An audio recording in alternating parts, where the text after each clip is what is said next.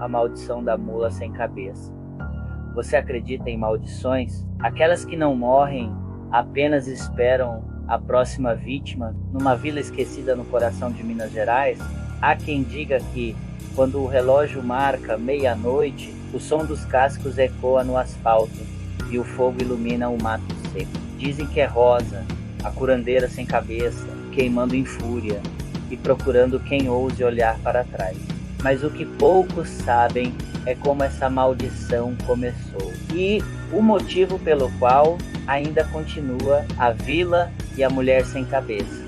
No interior de Minas, entre morros cobertos de neblina, havia uma vila onde ninguém falava alto à noite. Ali vivia Rosa, filha de escravos libertos, curandeira respeitada por uns e temida por outros. Sabia conversar com as ervas, curar febres e até prever o tempo só olhando o vento. Mas Rosa tinha um dom perigoso.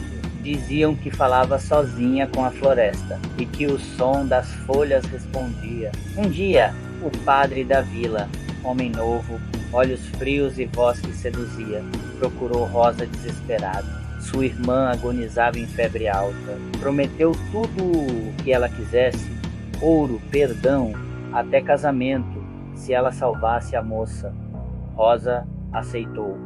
Usou raízes, rezas e sangue de cabra preta, a moça viveu. Mas o padre desapareceu. Fugiu da promessa. E a vila inteira cochichava que Rosa havia deitado com o pecado. A noite da maldição.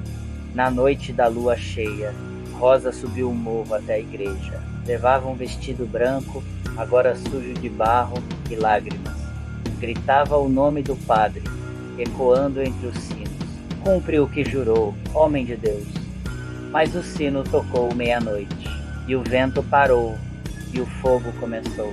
O corpo dela se contorceu, o pescoço abriu num jorro negro, a cabeça foi arrancada num clarão, voando para o céu, e o corpo virou mula de dentro dos olhos vazios, fogo, dos cascos, faíscas e do ventre, um grito que fazia até o diabo tampar os ouvidos. Naquela noite, 3 homens sumiram tentando ajudar. Outros juraram ver uma sombra em chamas correndo pelos campos, relinchando como se chorasse. Desde então, todo sábado à meia-noite, alguém ouve o galope vindo do nada. E quem tenta ver de onde vem, nunca mais é visto. O caminhoneiro de Lavras. Décadas depois, em Lavras, um caminhoneiro chamado Adelmo voltava para casa pela Brasil Antiga. Chovia fino. O relógio marcava 22h47. Ele dirigia sozinho, cantarolando baixo, até ouvir o primeiro som. Um galopar lento, se aproximando. Tum, tum, tum. Olhou no retrovisor.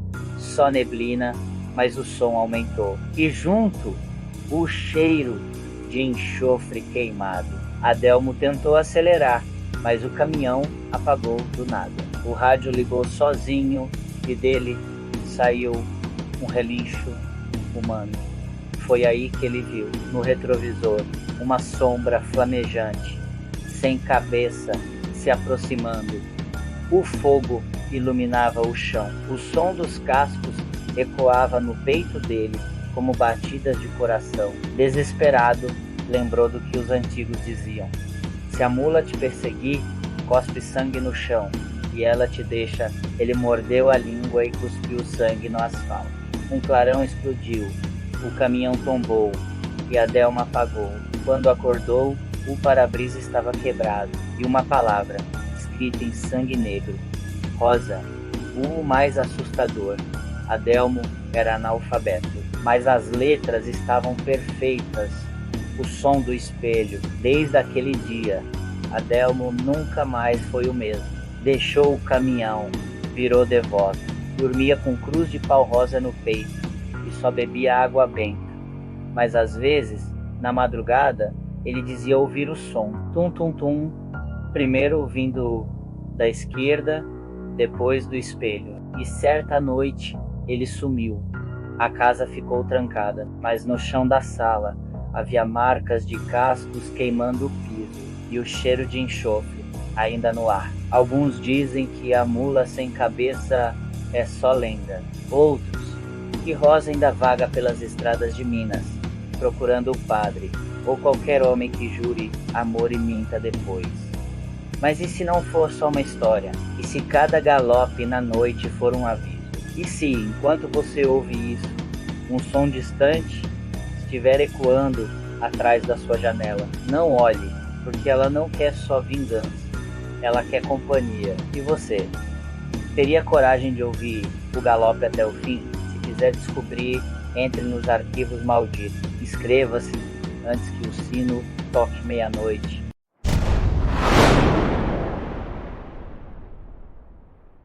A Maldição de Yara, a Senhora das Águas Negras.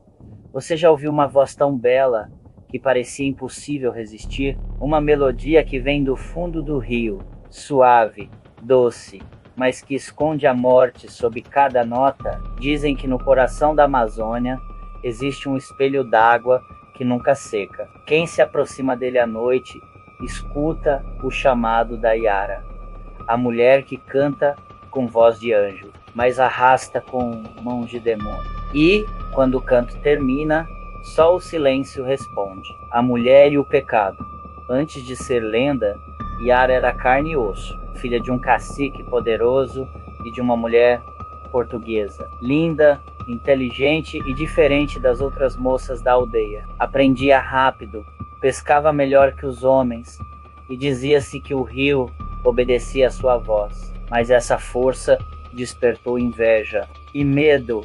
Os guerreiros diziam que ela era amaldiçoada, que falava com peixes mortos e que o reflexo dela na água piscava antes dela mesma. O pai, cego de ciúmes e superstição, decidiu puni-la.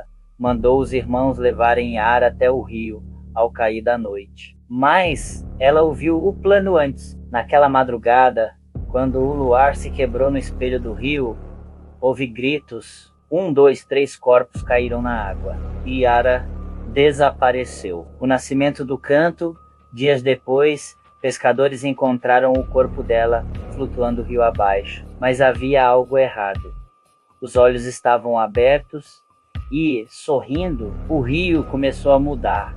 A água, que era clara, escureceu. Os peixes subiam à superfície e morriam com as escamas queimadas. E à noite, um canto surgia, um canto triste, quase humano, chamando por quem passasse perto.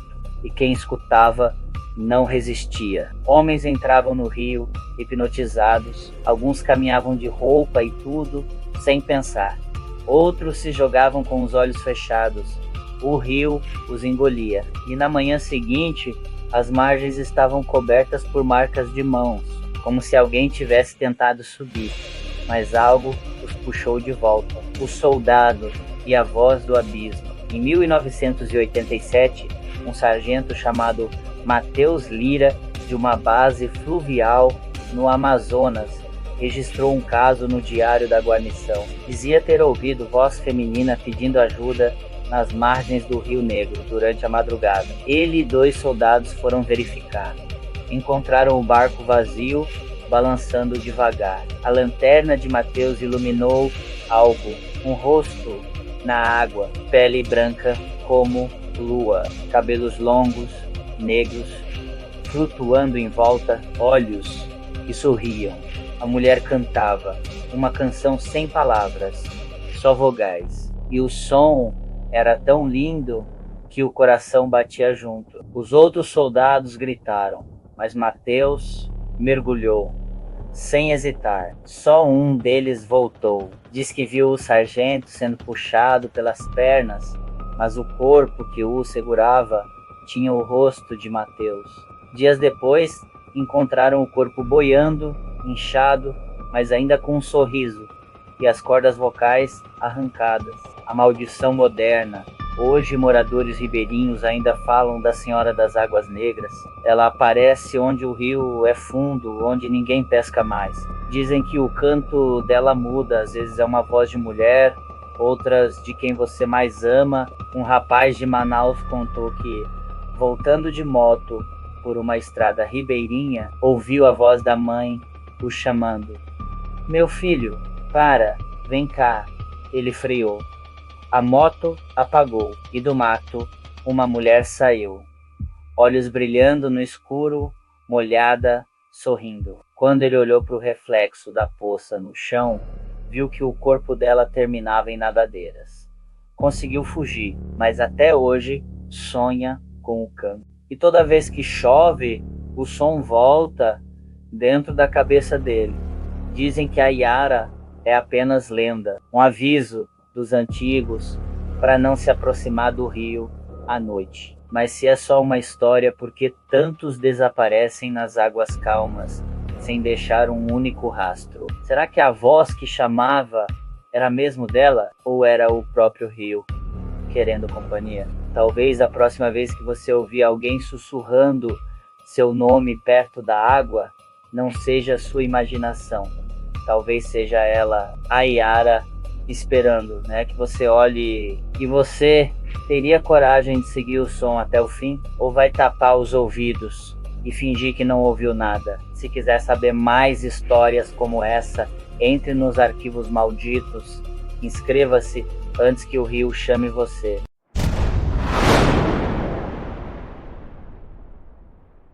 A lenda da perna cabeluda, o terror que corre nas ruas. Já ouviu falar da criatura que persegue quem anda sozinho à noite? Não tem rosto, não tem corpo, só uma perna coberta de pelos grossos, pulsando viva. Dizem que ela salta das sombras, derruba, chuta, arrasta, e quem sobrevive jura que nunca mais dorme no escuro. A história nasceu no Recife, mas o medo se espalhou pelo Brasil inteiro. E o mais assustador, alguns dizem que ela não é mais uma lenda, ela é um castigo que volta quando alguém zomba das coisas que não entende. O início do medo, anos 1970, Recife, uma cidade dividida entre as promessas do progresso e as sombras do sobrenatural. Era noite de sexta-feira, quando o estudante João Vilela, saindo de uma festa de faculdade, decidiu cortar caminho por uma rua deserta do centro. Chovia leve. Ele riu dos colegas que falavam de assombrações. Disse: no Recife só tem medo quem é bobo. Mas quando passou pelo Beco dos Martírios, ouviu um som seco. Toc, toc, toc. Um passo só, mas pesado, como se algo pulasse num pé só, cada vez mais perto. O João virou o rosto, nada. Deu mais 2 passos. E o som voltou, agora atrás dele. Toc, toc, toc, toc, aperto no peito. A respiração travou, e o cheiro um fedor de carne molhada e sangue. Ele correu, mas o som corria junto. No cruzamento, uma sombra saltou das trevas. Era uma perna enorme, coberta de pelos negros, unhas longas como garras. Ela chutou João com força desumana. O corpo voou e bateu na parede. Quando acordou, o rapaz estava no hospital, costelas quebradas, rosto arranhado, e nas roupas marcas de pegadas, de apenas um pé. O crescimento da lenda, depois desse caso, relatos começaram a se multiplicar. Trabalhadores noturnos, guardas, taxistas, todos juravam ter visto a mesma coisa, uma perna viva, peluda, correndo pelas ruas como um animal. Alguns diziam que ela pulava telhados, outros que rastejava pelos becos e batia nas portas. E havia os que contavam que ela aparecia sempre perto da Igreja do Carmo, nas noites de lua minguante. Os jornais zombavam, mas os hospitais começaram a registrar casos estranhos. Homens com ferimentos idênticos, hematomas circulars, como se tivessem sido chutados por uma força invisível. Um padre local, Padre Amaro, arriscou uma explicação. Disse que a perna era o resto amaldiçoado de um soldado covarde, que fugiu da guerra de Canudos. Quando morreu, o corpo foi enterrado longe da perna perdida, e o espírito nunca encontrou descanso. Desde então, a perna vaga procurando o resto de si mesma, e até encontrar, chuta o inferno para fora de quem cruza seu caminho. O Repórter e a Verdade Escondida. Em 1998, o jornalista Eduardo Pires, do Diário do Recife, decidiu provar que tudo era mentira. Passou 2 noites inteiras patrulhando o centro com um gravador. Na segunda, às 2h14 da manhã, algo entrou no áudio. Um som seco, ritmado, toc toc. Eduardo começou a filmar. Lanterna tremia na mão. E na esquina da Rua das Flores, ele viu uma perna musculosa, peluda, coberta de sangue seco, pulando em sua direção. O pé batia no chão com força, levantando poeira e cheiro de enxofre. Ele correu, tropeçou, caiu e a perna parou ao lado dele. O joelho se moveu sozinho, como se respirasse. As unhas bateram no asfalto, uma por uma, e então uma voz rouca saiu do nada. Cadê meu corpo? O vídeo nunca foi exibido, mas a polícia encontrou o gravador. O som final era um chute e o barulho de ossos quebrando. O presente, hoje. Dizem que a perna cabeluda ainda aparece em bairros antigos do Recife, em ruas com calçamento velho. Motoboys juram que já viram algo correndo no retrovisor, mas desaparecendo quando tentam olhar. Câmeras de segurança captaram sombras estranhas pulando em um pé só. Um motorista de aplicativo contou que viu uma sombra assim cruzando a Avenida Beberibe e o carro travou sozinho. No dia seguinte, ele achou uma marca de pegada no teto. Alguns dizem que a perna cabeluda é só uma invenção do povo, nascida da imaginação nordestina. Mas então, por que os relatos continuam? Por que as câmeras captam sombras que andam em um só passo? Será mesmo uma perna viva? Ou o castigo de um corpo que ainda busca se completar? Talvez quando você estiver voltando para casa tarde da noite e ouvir um som seco atrás de você, talk talk não seja só o vento. Talvez ela esteja vindo e você teria coragem de olhar para trás? Se quiser descobrir o que mais esconde o folclore sombrio do Brasil, entre agora nos arquivos malditos. Inscreva-se antes que o som dos passos chegue até você.